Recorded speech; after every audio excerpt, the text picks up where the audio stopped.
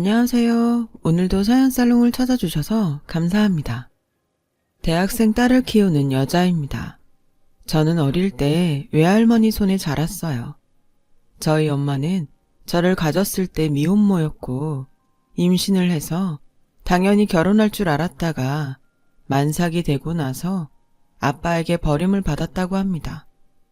그로 인해 저는 할머니 집에 오게 되었고 그때는 제가 기억도 하지 못하는 100일 무렵이었어요.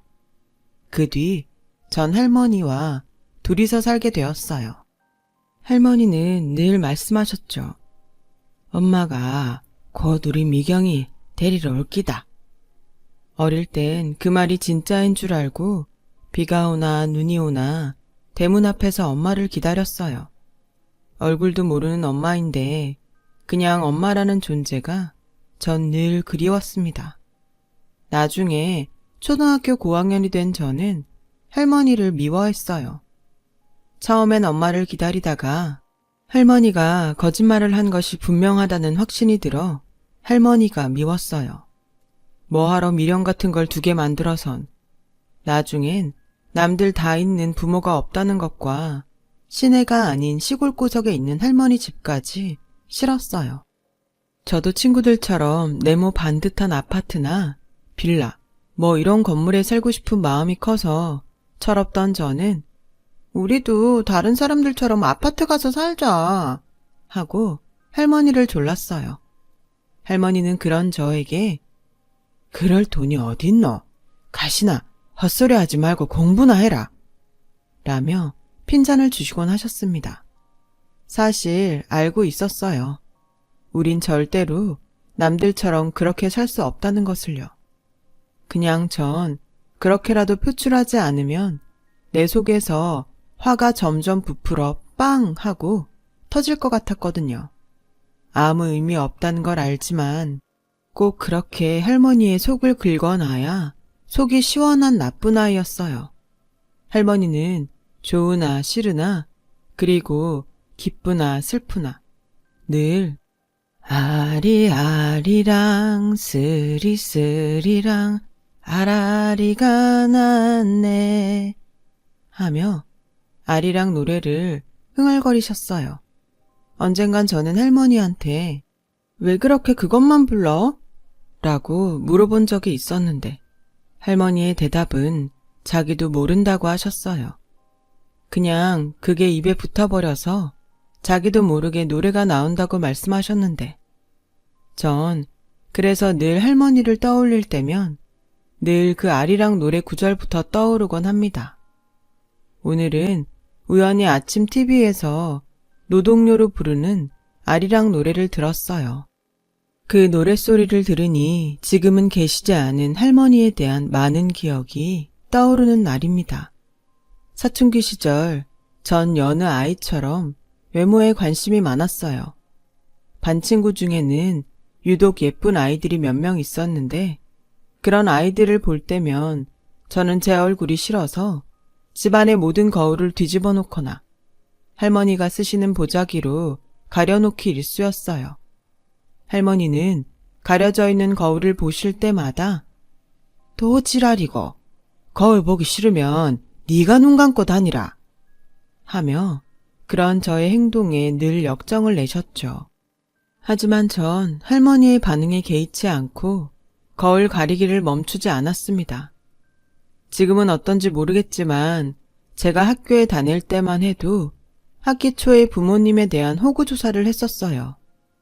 학교 다닐 때 그게 제일 싫었습니다. 부모님의 학력, 직업 이런 걸 학교에서 알아서 뭘 하겠다고 적어내라고 하는 건지 어린 저는 어느 것도 쓸 수가 없어 학기 초부터 불만이 가득했어요. 기분 탓인지 학교에선 늘 선생님의 관심에 저는 없는 것 같은 기분이 들었어요. 친구들도 마찬가지였어요. 당시 아침 일찍부터 학교에 가는 버스를 타고 다녔거든요. 친구들은 학교 근처 아파트나 빌라 주택에 살아서 저를 촌년이라고 불렀고 선생님은 그 사실을 알면서도 딱히 친구들에게 뭐라고 혼을 내지 않아 저는 늘 상처투성이로 학교에 다녀야 했어요. 그런 저는 중학교에 가서 이런 생각을 했어요. 남들이 날 무시하기 전에 내가 먼저 무시하자. 일부러 신경질적인 말투와 행동을 하면서 일종의 센 척을 하고 학교에 다녔습니다. 실제로는 집 마루에 기어다니는 바퀴벌레만 봐도 기겁하는 저였는데 학교 가는 버스에만 오르면 마치 다른 사람이 되는 스위치를 켜는 것처럼 살았어요. 그런 저에게 당시 사회초년생 선생님은 이렇게 말씀하셨어요. 미경아, 공부를 좀 잘해보면 어떨까? 저는 처음에 이건 또 무슨 시비일까? 하고 생각했어요. 그런데 선생님의 모습은 사뭇 진지하셨어요. 나도 너랑 비슷한 시절이 있어서 잘 알아. 내 잘못도 아닌데 불행한 것 같은 기분. 그렇다고 지금처럼 살아봤자 아무것도 안 변해. 지금의 상황에서 벗어날 수 있는 가장 효과 있고 확실한 방법은 네가 성공하는 거야. 지금은 할 수 있는 게 공부밖에 없으니까 우리 공부만이라도 열심히 해보자. 저는 이건 또 무슨 수작인가 하고 선생님의 말을 별로 귀담아 듣지 않았어요. 하지만 무의식 속에 전 시험 기간을 앞두고 그 말이 계속 떠오르더라고요. 그래, 공부를 못하는 것보다는 잘하는 게 낫겠지 하며 공부를 하기 시작했습니다. 그래서 그 결과 중학교 1학년 첫 중간고사에서 반에서 5등이란 생각도 못한 성적을 받았어요. 성적표를 봤던 날, 그 기분이란 게 생각보다 참 좋았어요. 할머니도 그날은 아주 신나게 아리랑 노래를 부르시면서 생일이 아니면 잘 해주지 않는 삼겹살을 구워주셨고 그 맛이 정말 끝내주게 좋았던 기억이 지금도 납니다. 그 후 저는 다른 건 몰라도 공부 하나만큼은 지지 않으려고 노력했어요. 선생님들도 내세울 건 없지만 공부 잘하는 저를 좋게 봐주셨고 그러다 보니 학교 다닐 맛도 나고 좋았습니다. 1학년 때 선생님의 말처럼 가장 효과 있고 확실한 성공은 공부가 맞는 것 같았어요. 그 맛에 취해 공부와 성적에 집착하는 아이가 되었고 중학교 2학년 때는 전교에서 1등이란 쾌거를 이루며 그야말로 학교에서 이름을 날리기 시작했습니다. 우리 학교에서 공부 제일 잘하는 애, 우리 학교 전교 1등애. 그런 타이틀이 하나 둘 붙을 때마다 아주 뿌듯했어요. 공부를 잘하니 집이 아파트가 아닌 것도 가난한 것도 그다지 저의 아킬레스건이 되지 못하더라고요. 공부만 잘하면 세상을 다 가질 수 있을 것 같은 착각에 빠질 즈음 유미경계 공부는 잘해도 얼굴이 영 그렇지 않냐? 그러게 씨는 그래도 공평해. 저 머리에 얼굴까지 예뻤어 봐. 어디 부러워서 살겠니? 그래, 그래도 여자는 모쪼록 얼굴이지? 이런 소리가 들려오더군요. 처음엔 공부 못하는 것들이 부러워서 시샘한다고 생각했지만 사춘기 시절이라 그간 잊고 있던 저의 외모 콤플렉스를 건드려 자신감이 확 떨어지더라고요. 설상가상으로 그 즈음에 저희 반에는 서울에서 전학을 온 아이가 한 명 있었어요. 그 아이는 피부는 하얗고 머리는 생머리에 눈, 코, 입이 만화 주인공처럼 예뻐서 저는 스스로 그 아이와 저를 비교하며 주눅이 들어갔습니다. 그런 저에게 할머니는 늘 팔자 좋은 소리하고 자빠졌네. 네 얼굴이 어디가 어때서 불만이고 내 볼 때는 곱기만 하구만 하시며 칭찬인지 욕인지 모르게 역정을 내셨어요. 전 그럴 때마다 웃어야 할지 화를 내야 할지 몰랐죠. 일주일에 한 번 할머니와 대중목욕탕을 갈 때면 저는 할머니에게 힘 좀 팍팍 내서 더 세게 밀라고 나도 은정이처럼 뽀얗게 되게 라고 말하면 할머니는 지랄 연병하네 라며 여지없이 아리아리랑 쓰리쓰리랑 노래를 부르며 저의 등을 밀어주셨어요. 저는 그런 할머니의 노랫가락에 맞춰 챙겨온 요거트를 먹지 않고 얼굴에 양보했는데 이기 미친나 이 아까운 걸 어디 처바르노? 하며 할머니가 역정 내던 때가 생각나네요. 아무튼 그때는 예뻐질 수만 있다면 뭐든지 할 수 있다고 생각하던 때였습니다. 하지만 태어나길 못난이인 걸. 아무리 때를 빼고 광을 내도 전 그냥 깨끗하고 뽀얀 못난이였죠. 예뻐지고 싶은 욕망에 할머니께 쌍꺼풀 수술을 시켜달라고 졸랐지만 오히려 할머니한테 두들겨 맞아 등짝에 쌍꺼풀 라인처럼 선명한 효자손 라인이 생겼어요. 하지만 저는 포기하지 않았습니다. 용돈을 모아 저금을 하기 시작했거든요. 그걸로는 부족해서 할머니의 농사일을 돕거나 마을 어른들의 농사에 품앗이를 가서 돈을 모으기 시작했어요. 그 돈은 저의 성형수술을 위한 자금이었지만 할머니에게는 물론 비밀이었죠. 전 확실한 제 삶의 목표를 세웠어요. 그건 일단은 공부를 열심히 해서 서울로 대학을 가자. 그리고 모은 돈으로 성형수술을 하고 좋은 곳에 취직해서 좋은 남자를 만나 남들이 부러워하는 결혼을 하고 행복하게 살자 였어요. 목표가 확고하니 놀고 싶은 마음도 저절로 사라졌고 혹여 할머니가 대학 등록금 같은 거 없다고 하실까봐 전액 장학금을 받을 수 있도록 공부만 했어요. 그렇게 전 정말 좋은 성적으로 우리나라에서 가장 좋다는 S대의 전액 장학금을 받으며 합격했습니다.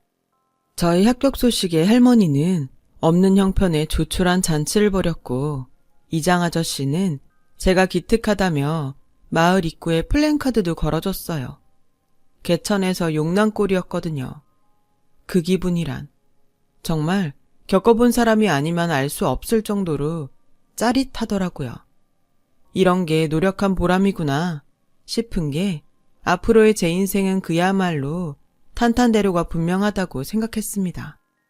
대학 입학을 앞두고 서울에 머물 집을 구한다며 2달이나 빨리 서울로 올라왔어요. 입학 전 성형수술을 받고 싶었거든요. 하지만 막상 성형외과에서 상담을 받으니 수술 비용도 제가 생각했던 것보다 훨씬 비쌌고 무엇보다 생각만 할 때보다 무서웠어요.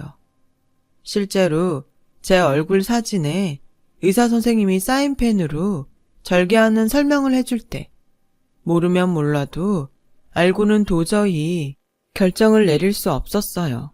그래서 하는 수 없이 그냥 성형외과를 나을 수밖에 없었죠. 그 길로 저는 모은 돈으로 헬스클럽을 갔어요. 최고의 성형은 다이어트라고 했으니 그 말을 믿어보고 싶었어요. 그렇게 전 입학식 코앞까지 헬스장에서 PT를 받으며 운동을 했어요. 그 결과 몸과 얼굴에 라인이 잡히니 보람과 자신감이 생기더라고요. 수술도 하지 않고 이루어낸 성과에 전 뿌듯했습니다. 물론 성형보다야 드라마틱한 변화는 없었지만 이만하면 얼굴에 칼도 안 대고 충분히 예뻐졌다는 자기 만족이 있었어요. 그렇게 전 나름 만족스러운 얼굴로 그 모습으로 입학식에 가게 되었어요. 전혀 예상하지 못했는데 저희 할머니가 학교에 찾아오셨습니다. 내가 그래도 우리 손녀딸이 우리나라 최고 좋은 학교에 입학했는데 와봐야 하지 않겠나? 언제부터 입학식에 손녀를 보러 왔다고. 할머니는 교문 앞에서 핸드폰을 들고 쩌렁쩌렁하게 말씀을 하고 계셨어요. 저는 그런 할머니를 만나러 교문 앞에 갔고 할머니는 제 모습을 보고 놀라며 그 며칠 사이에 와 이리 야위었노? 니 뭔 일 있었나? 하며 소리를 막 지르시더라고요. 다른 사람들 보는데 창피해서 그만 좀 하라고 할머니를 말렸습니다. 제가 다이어트 한 거라고 말하니까 호강에 겨워 요강에 똥 싸는 소리 하고 있네. 기껏 잘 먹여놨더니 와 돈 주고 그걸 빼노. 내 눈에는 이쁘기만 하더만. 라며 저를 혼내셨죠.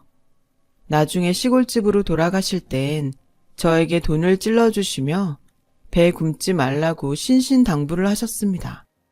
그렇게 대학 1학기를 보냈고 사라진 외모 콤플렉스 덕에 자신감 넘치게 지내다 보니 제 주변엔 교수님도 친구들도 선배들도 저를 예쁘게 봐주셨어요.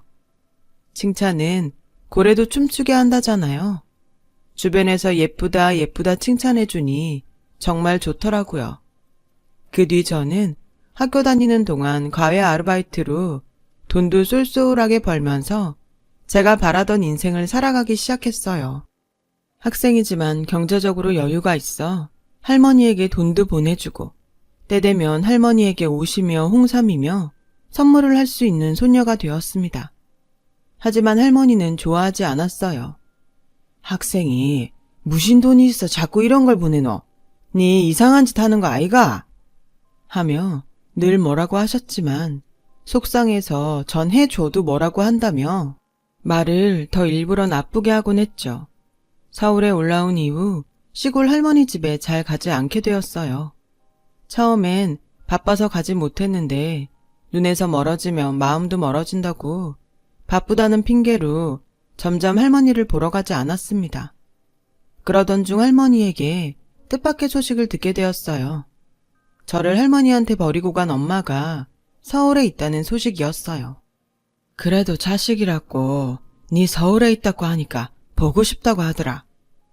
저는 망설이다 그래도 얼굴이나 보자 싶어 엄마의 연락처를 받아 엄마가 있다는 곳에 갔어요. 엄마는 어떤 동네의 호프집 같은 곳에서 화장을 진하게 하고 있었어요. 저를 보더니 단번에 알아보고 왔어? 어머 우리 딸 잘 컸네. 에스테 다닌다며. 내가 그 소식 듣고 얼마나 좋았는지 아니? 라며 저를 부둥켜 안더라고요. 진한 화장품 냄새에 조금 거부감이 들었지만 평생 그리워했던 엄마의 품이라고 생각하니 기분이 나쁘진 않았습니다. 그런데 정마담 우리 왔어. 새로운 아가씨인가? 하며 가게 단골로 보이는 아저씨 무리가 왔고 엄마는 반가운 친구라도 보듯 호들갑을 떨면서 저한테 하듯이 아저씨들을 안더라고요. 저는 그 모습에 당황했는데 엄마는 저에게 냉장고에서 술을 가지고 오라고 했어요. 그 와중에 아저씨 한 명이 제 손을 쓱 만지더라고요. 저는 너무 불쾌해 그 아저씨의 손을 꺾으며 손모가지 부러뜨리기 전에 곱게 술이나 드시죠? 그러자 그 아저씨는 화가 난 얼굴로 씩씩거리며 욕을 하더라고요. 주방에서 안주를 만들던 엄마는 놀라서 튀어나와 저에게 사과하라고 강요했어요. 저는 가게를 뛰쳐나왔고 울면서 당시 머물던 자취방으로 돌아왔습니다. 엄마를 본 건 그날이 처음이자 마지막이 되었어요. 이런 사실을 알 리 없는 할머니는 저에게 엄마 잘 만나고 왔냐고 물었고 전 차마 엄마가 술집 하면서 아저씨들이랑 이러쿵 저러쿵 한다고 말하지 못하겠더라고요. 만나긴 했는데 정이 없어 그런가 별로 감흥이 없었다고 앞으로 만나고 싶지 않다고 말했습니다. 그렇게 대학 졸업반이 되었고 대기업과 공기업 취직을 목표로 하고 고군분투했어요. 그리고 안정적이라는 공기업 입사를 하게 되었어요. 살면서 태어나고 자란 환경은 어쩌지 못했지만 인생 목표로 삼았던 것들은 모두 제 손으로 이뤘다는 그 성취욕이 절 어디서나 꺾이지 않는 사람으로 만들어줬어요. 입사 후 저는 사회생활도 제법 순탄하게 하기 시작했죠. 그때는 몰랐어요. 그 이후 제 앞에 펼쳐질 지옥이 있다는 것을요. 그저 더 높은 곳에 올라가면 더 좋은 곳이 있을 거라고 생각했지 낭떠러지가 있을 거라고는 상상조차 하지 못했거든요. 저는 선배의 소개로 한 남자를 만났고 다복한 집에서 구김살 없이 자란 남자에게 급격하게 빠져들었어요. 생각해보니 그간 저는 변변한 연애 한번 제대로 하지 못한 터였기에 저의 마음은 저조차도 제어가 되지 않을 만큼 그 남자에게 빠져들었습니다. 그렇게 6개월. 저는 결혼을 했어요. 할머니는 너무 급하게 결정한 거 아니냐고 뭐라고 하셨지만 지금까지 실수한 적 없던 저는 저의 안목을 믿었어요. 남편은 고생 한번 하지 않고 편하게 산 사람이었어요. 시어머니는 남편이 무슨 말을 하기 전에 미리 남편의 니즈를 맞춰주는 그런 분이셨죠. 그런데 문제는 시어머니가 당신의 역할을 저에게 전가하시려는 거였어요. 이제 결혼도 했으니 네 남편은 네가 챙겨라 하며 저에게 리스트가 적힌 종이를 건네셨어요. 그 리스트는 남편의 1년 뒷바라지 리스트였습니다. 1월부터 12월까지 남편에게 필요한 것들 혹은 제가 챙겨야 할 것들이 적혀 있는데 그걸 읽어 내려갈수록 기가 차더군요. 어머니, 저는 이렇게 못해요. 저도 직장 다니고 피곤한데 자식도 아니고 이걸 어떻게 다 하고 살아요. 나는 다 하고 살았다. 규성이한테 들어보니 넌 부모도 없이 네 손으로 다 하고 살았다며. 우리 애는 너랑 달라? 하나부터 10까지 내 손 없으면 아무것도 못한다. 애도 아니고 어른인데 이제라도 스스로 하고 살아야죠. 어머니가 그동안 애쓰신 거 뭐라고 하고 싶지 않지만 저한테는 무리예요. 그 후 전 시어머니와 돌이킬 수 없는 강을 건넜고 시어머니는 보란 듯이 반찬을 하더라도 남편 먹을 것만 챙기셨어요. 처음엔 당신 어머니가 유치하다며 제 편을 들어줬던 남편은 제가 해주는 것보다 엄마가 해주는 것이 편하다며 계속 마마보이처럼 행동하더라고요. 부부간의 사이도 멀어지기 시작했고요. 행복한 결혼 생활을 꿈꾼 저는 남들도 다 이렇게 사나 싶은 의문이 들었어요. 남들이 부러워하는 행복을 위해서 점점 자발적으로 시어머니가 줬던 리스트를 하나 둘 챙기게 되었어요. 하지만 남편은 늘 당신 엄마가 해준 것보다 못하다며 불평했고 그즈음 저는 임신을 했습니다. 임신하니 호르몬 때문인지 몸도 무겁고 컨디션도 나빴지만 남편도 시댁도 그런 저를 염려하지 않았어요. 오히려 시골에 있는 할머니만 저를 걱정하며 음식들을 바리바리 싸서 택배로 보내셨죠. 그런 할머니에게 한번 오지 왜 음식만 보내? 물으니 할머니는 남편도 그렇고 시댁에서 좋아하지 않을 거라고 재차 마다하셨어요. 희한했습니다. 서울로 온 이후 할머니가 온다고 하면 싫었던 저였는데 할머니가 남편과 시댁 눈치로 못 온다고 하니 그건 그거대로 싫더라고요. 그래서 전 괜찮으니까 올라오라고 할머니를 졸랐고 할머니는 마지못해 알겠다고 하셨지만 많이 좋아하셨어요. 그런데 뭐? 할머니가 오신다고? 남편은 할머니가 오시기로 했다는 제 말에 정색을 하며 길길이 날뛰더라고요. 왜? 못 올 때 오는 거 아니잖아. 저는 화가 나서 남편에게 맞받아 쳤어요. 장모님도 아니고 할머니잖아. 난 어릴 때부터 노인이랑 같이 있는 거 냄새나서 싫어한단 말이야. 손이 부들부들 떨리더군요. 금방이라도 이 남자의 얼굴을 한 대 올려 칠 것 같은 충동에 저는 그런 제 기분을 누르느라 애를 먹었습니다. 당신 나이가 몇이니? 말하기 전에 생각 좀 하고 말해. 우리 할머니는 나한테 엄마 같은 사람이야. 노인이라 냄새난다고? 말 다 했어? 내가 또 언제 말을 그렇게 했다고 난리야. 당신도 나한테 의논 안 했잖아. 넌 의논했어? 치어머니 걸핏하면 우리 집 문 따고 들어오는데 그건 나한테 의논했니?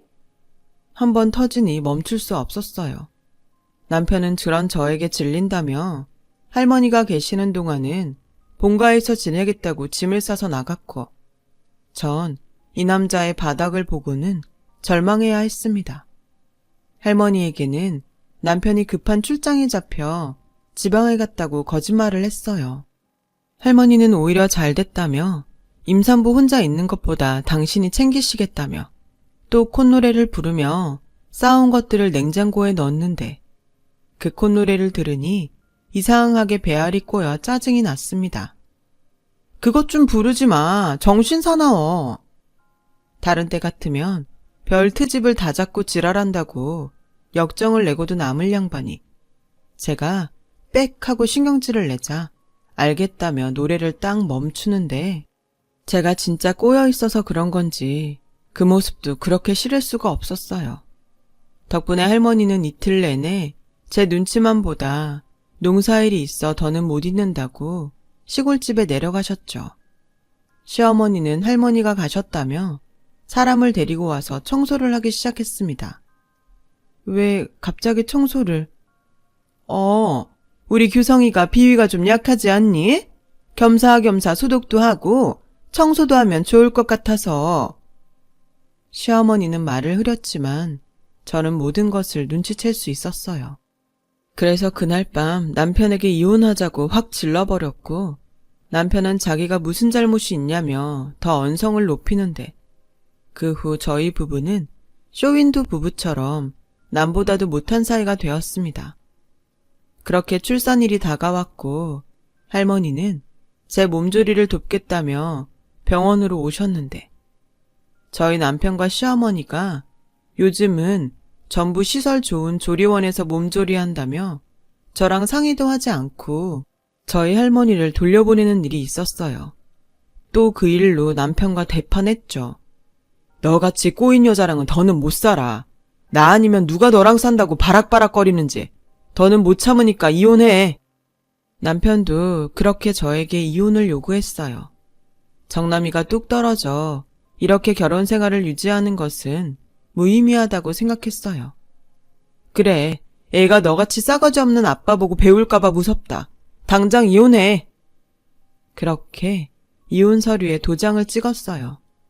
할머니는 저의 이혼 소식에 오히려 화를 내며 지금이라도 물으라고 하시더군요.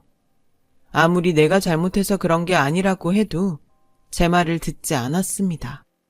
급기야 저한테 말도 하지 않고 남편을 찾아가서 이혼만은 하지 말아달라고 사정사정을 했다는 소리를 듣고 어찌나 화가 나던지 저는 할머니한테 버럭 화를 냈죠.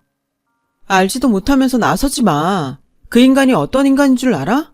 할머니 왔을 때 출장 간 거 아니고 지네 집에 간 거야. 할머니한테 노인 냄새 난다고. 그리고 조리원에 있는 와이프한테 이혼하자고 하는 놈이 정신 제대로 박힌 인간이야? 할머니는 그런 인간하고 내가 계속 살았으면 좋겠어? 아마 나중엔 우리 애도 할머니 안 보여줄걸? 그래도 괜찮아? 있는 힘껏 할머니한테 퍼부었어요. 정신을 차렸을 땐 이미 할머니의 두 눈엔 눈물이 그렁그렁했고 저는 뒤늦게 아차 싶어 고개를 떨구었습니다. 그러자 할머니는 저를 힘껏 안아주며 니미를 그런 상놈의 잡놈인 줄도 모르고 내 아까운 도라지청만 날렸네. 덤덤하게 말씀하셨어요. 그 후 할머니는 시골집을 정리하고 서울살이를 시작하셨죠. 직장을 다녀야 하는 저를 대신해 저희 딸아이를 키워주기 위해서였어요. 저는 아이 아빠가 없다는 컴플렉스를 커버하기 위해 세상에서 가장 좋은 건 딸아이한테 먹이고 입히며 정성을 다했고, 그런 저에게 할머니는 돈이 썩어나나 아무리 지 새끼가 귀해도 니만 할까? 니도 좀 좋은 거 사서 입고 먹고 그래라. 라며 저에게 뭐라고 하셨어요. 그땐 몰랐지만 지금 생각하면 할머니는 제가 저 자신을 돌보지 않고 딸에게 올인하는 것이 속상해 그런 거였는데, 전 그때 당시 짠순이 할머니가 돈 낭비한다고 저에게 뭐라고 한다고 생각했습니다. 그뿐이 아니었어요. 할머니의 육아 방식에 저는 이러쿵 저러쿵 잔소리를 했고, 할머니는 그럴 때마다 서운하셔서 몇 번이고 짐을 쌌다가 풀기를 하셨죠. 그러다 한 번은 아이를 재우고 있는 할머니에게서 아리아리랑 쓰리쓰리랑 하는 소리를 들었고, 애 듣는데 그것 좀 하지 마. 가뜩이나 할머니 손에 커서 다른 애들이랑 다르다고 말 나오는데 그렇게 꼭 노래까지 불러야겠어? 라며 할머니에게 짜증을 냈어요. 할머니는 그 당시 제 말에 입을 삐죽삐죽 했지만 할머니 손에 커서 다른 애랑 다르다는 말에 신경이 쓰이셨는지 그날 이후 할머니는 아리랑을 끊으셨습니다. 이상하리만큼 할머니는 노래를 부르지 않으셨고 전 그 모습에 미안한 기분이 들었지만 말하지 않았어요. 그렇게 아이가 어린이집에서 유치원으로 환경이 바뀌었고 그때 할머니는 매일 소화가 안 된다, 어지럽다며 아프다고 하셨어요.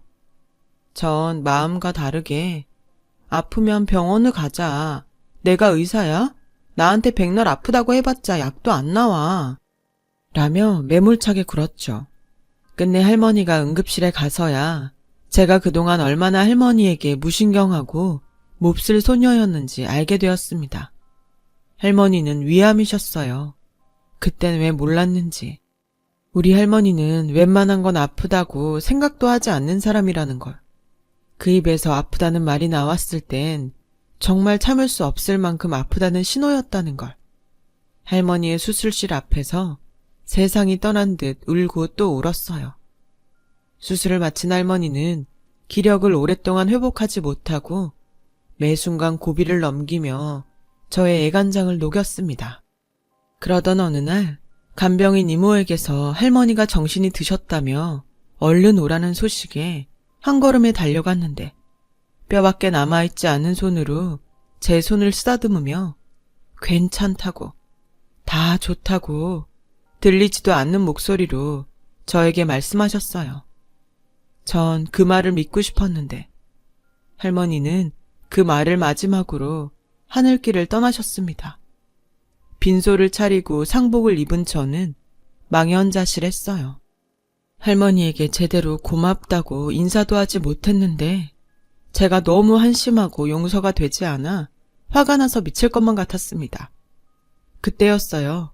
손님도 거의 없는 조용한 빈소 구석에서 인형을 가지고 놀던 제 딸아이가 저에게 다가와 제 등을 토닥이며 아리아리랑 쓰리쓰리랑 하면서 아리랑 노래를 부르는 거예요.